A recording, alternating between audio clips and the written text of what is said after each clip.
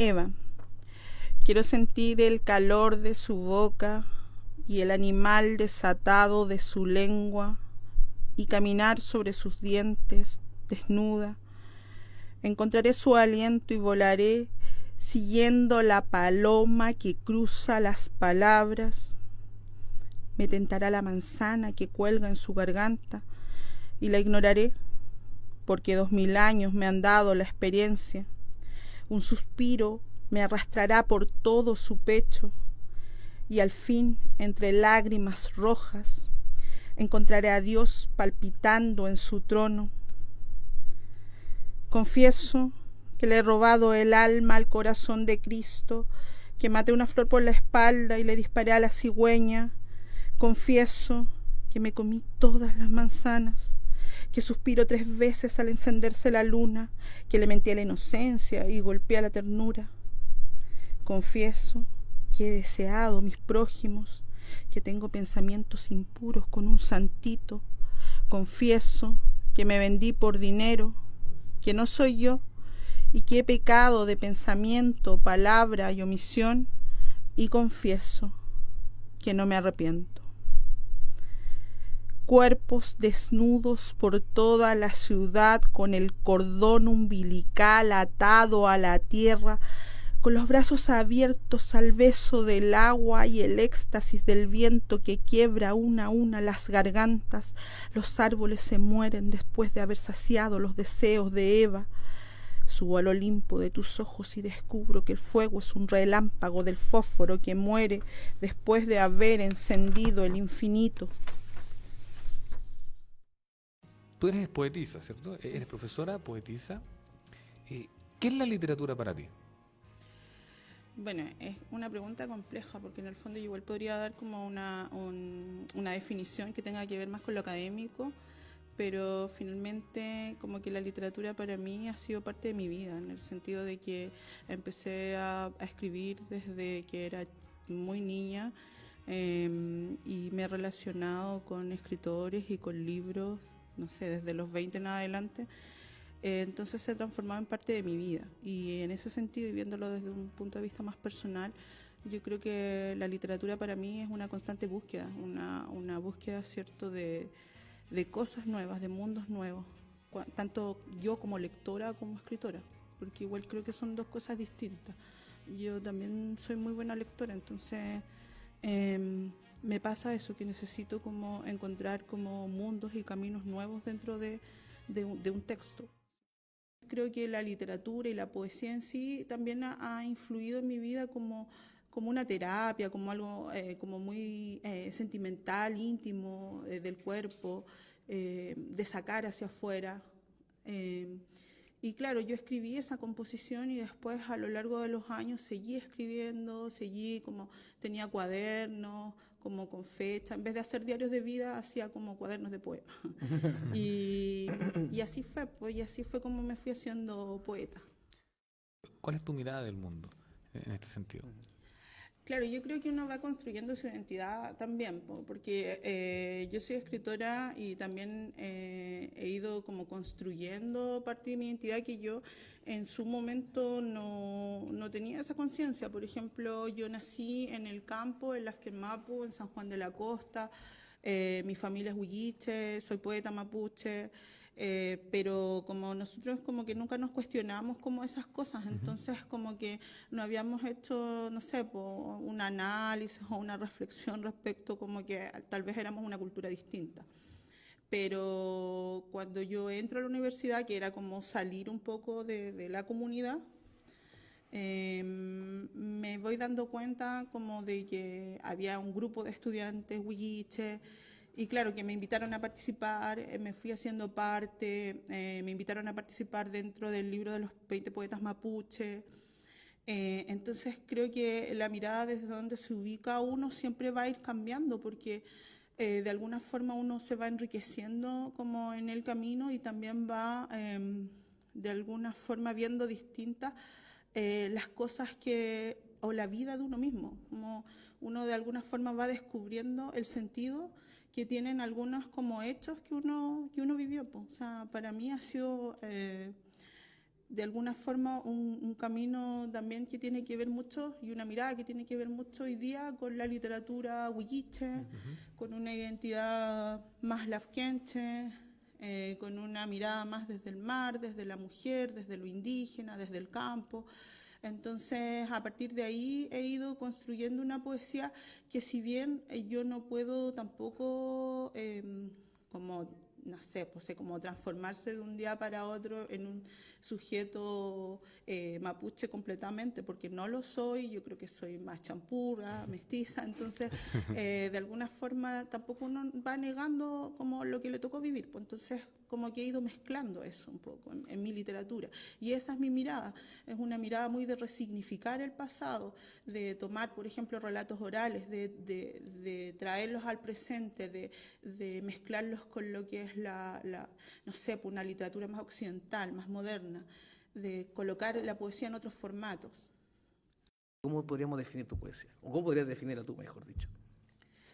Claro, yo creo que es una poesía, bueno, igual está contaminada porque todo lo que se ha dicho, porque igual, o sea, como que hay siempre como estudiosos que dicen qué es tu poesía, entonces yo creo que de alguna forma uno también se contamina de los discursos de los otros. Entonces, claro, mi poesía tiene que ver mucho con el cuerpo, con la mujer. En principio tenía que ver con los discursos religiosos, y tenía que ver con estos discursos religiosos porque creo que yo en la comunidad donde yo crecí, se evangelizó mucho esa comunidad. Entonces mis abuelos los únicos libros que tenían eran como de catequismo. Y son los libros con los que yo aprendí a leer, son los libros que de alguna forma me sabía de memoria, son los libros a los que recurría, las canciones que sabía, los cancioneros, ¿cierto?, de la iglesia, estaban en la casa. Entonces, en algún momento, cuando yo empecé a escribir, empecé a desmontar esos discursos, a imaginarme que había como otro tipo de mujer aparte de la Biblia, ¿no? Aparte de la María. Entonces, como que empecé a escribir esos textos y a transformarlos. Y ese fue como mi primer ejercicio, por así decirlo, literario. Y a partir de ahí empecé a construir un tipo de mujer mucho más, podría decirse, empoderada, mucho más consciente de su cuerpo, mucho más sexual, que también me parece que era un tema que se había borrado con el catolicismo desde de las comunidades wikichas. O sea, como que, por ejemplo, en mi casa también estaba prohibido hablar esos temas, eran como temas tabú. Entonces, como que yo dije, ya, voy a revertir esta situación a través de la escritura. ¿Qué discurso hay político o social o de género ahí en tu literatura? ¿Hay o no hay? Sí, yo creo que algo hay, porque igual me he relacionado harto con esos discursos, igual como que sí, no sé, igual he estudiado harto esos temas, pero yo creo que mientras menos contaminado esté una literatura, de ser pretenciosa y de no ser, de no volverse academicista, me parece que es mejor. No soy muy amiga de ese tipo de literatura. Yo creo que las cosas de alguna forma funcionan de acuerdo a la experiencia que uno ha vivido, y no tiene que ver mucho con el demostrar, sino con el mostrar otros mundos. Entonces, esa es mi apuesta. Yo creo que también hoy día el escritor cumple distintos papeles. Yo creo que uno de esos papeles tiene que ver con la opinión respecto a temas como trascendentes que ocurren en la actualidad, y me parece que ahí sí yo podría como ser partidaria de ciertas cosas o no, definirme como feminista o no, pero creo que dentro de la literatura me es más complejo, que la poesía también puede ocupar otro espacio, que a veces es un espacio más pedagógico, ¿no? En mi vida ocupa ese espacio hoy día. Creo que la poesía de alguna forma también tiene que entregarse en otros formatos, de otras formas. Yo creo que a mí se me nota que me gusta el tema de la poesía, y la voy entregando no solamente cuando enseño poesía, sino cuando enseño otras cosas también, como, no sé, pues como género dramático. Entonces siempre voy como mezclando. Me gustaría tener más tiempo, más vida para dedicarle a la poesía. Me gustaría que las condiciones culturales, las condiciones económicas, las condiciones políticas sean mejores para los artistas en general en este país, no solo poetas. Pero lamentablemente es complejo. Pero ¿cómo ha sido para ti hablar del tema mapuche, hablar de los mapuches, hablar de tus raíces y explicarla un poco y salir de ahí manifestándola a través de tu poesía? Bueno, yo creo que en un principio fue complejo porque, por ejemplo, a través de estos poemas decían, ya, ¿qué hay de mapuche ahí? Po?". Entonces, claro, era como eso. Entonces creo que también como que sirvió para mostrar que hay distintos tipos de mapuche hoy en día. Así también no todos, bueno, tienen como pues, la fortuna de habitar en el campo, de conservar la lengua, de, no sé, entonces como que la mayoría en realidad se han asentado en la ciudad, así como mi mamá y por ende yo. Entonces como que también yo creo que de alguna forma mucha gente que en esos momentos, porque se creó un discurso en algún momento como de la vergüenza, ¿no? Entonces como que de la discriminación. Entonces como los textos en general o como cuando ingresa este tipo de poesía, porque no soy la única que ingresó, digamos, dentro de este canon de poetas champurres, por llamarlo así, de alguna forma sirve para decir, bueno, somos hartos, somos más y como para que otra gente también se atreva a identificarse y se atreva también a decir, sí, soy mapuche, no tengo la lengua, o a lo mejor me he visto así, me gusta este otro tipo de música, pero sí, pues, o sea, no hay por qué negar, ¿cierto?, Claro. una diferencia cultural que sí existe. Entonces, yo creo que eso fue en principio, y con el tiempo yo fui escribiendo, sobre todo como en el último libro, donde tomo un tema que es el chumpal, que es un relato oral que tiene que ver con un ser encantado que proviene del mar. Fui tomando como relatos orales a partir de mis conversaciones con la gente. Y de alguna forma también eso me sirvió para yo misma conocer más la riqueza como de cosmovisión y cultural que tiene, digamos, la cultura mapuche. Y yo creo que hoy día también sirve la poesía, sobre todo para como denunciar y hablar de temas conflictivos, como son los presos políticos mapuches, como son ciertos los mártires de esta lucha mapuche, y como son todas las injusticias que todavía existen respecto a las tierras. ¿Qué no podemos dejar de leer de Roxana Miranda?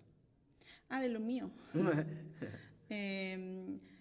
O sea, yo creo que el último, por el chumpal. Bueno, ahora voy a lanzar Trehuaco. Eso sí, Sí, léanlo. Léalo. Aprovechemos. Todavía no sale, pero pronto. Sí. Sí.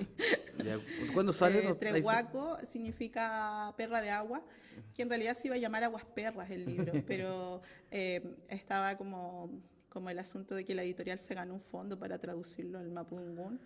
Y la traducción decía Trehuaco. Y Trehuaco es una perra de agua de un mito chilote.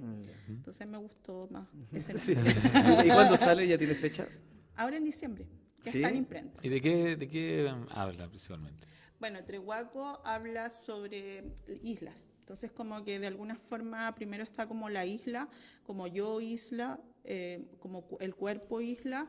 Después está como el tema de las islas que desaparecen. Como una isla puede ser prisión, cárcel, tortura, y como esa isla también puede ser vista como un paraíso a la vez. Ahora, yo sé que también cualquier artista, cualquier creador o cualquier escritor también tiene referentes. ¿Cuáles serían de Roxana Miranda? Bueno, yo creo que esos también van cambiando. Yo creo que principalmente son mujeres en todo caso. Ya, pero esencialmente. O sea, a mí me parece la Marosa Di Giorgio, o no sé, o la misma Gabriela Mistral, ¿no? Con el poema de Chile, sobre todo. Y bueno, yo creo que más allá de referentes, porque a veces a mí me pasa que cuando yo estoy escribiendo un libro, por ejemplo, ya estoy escribiendo de islas, empiezo a leer todo lo que tiene que ver con islas. Claro. Entonces como que voy cambiando mis referentes de acuerdo como al interés que tengo. Entonces yo puedo nombrar un montón, pero tienen que ver mucho también como con el tema de interés que tengo en el momento. Entonces, eso. Pero yo creo que es súper recomendable leer como para los que les interesa sobre todo como la historia mapuche, leer como a Pero Cayuqueo y como enterarse también de la otra historia, ¿no? De la otra historia que no es la historia oficial que nos han contado. Eso es súper enriquecedor porque de alguna forma abre otros mundos y lo que necesitamos para escribir es muchas veces como develar esas historias.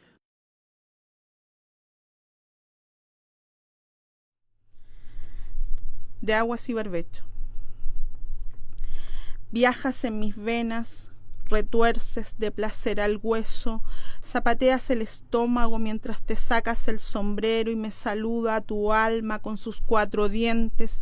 El viento te abraza, la luna lanza gritos de histeria, 3 Marías atónitas y unas cuantas fans ardiendo la noche en el cielo.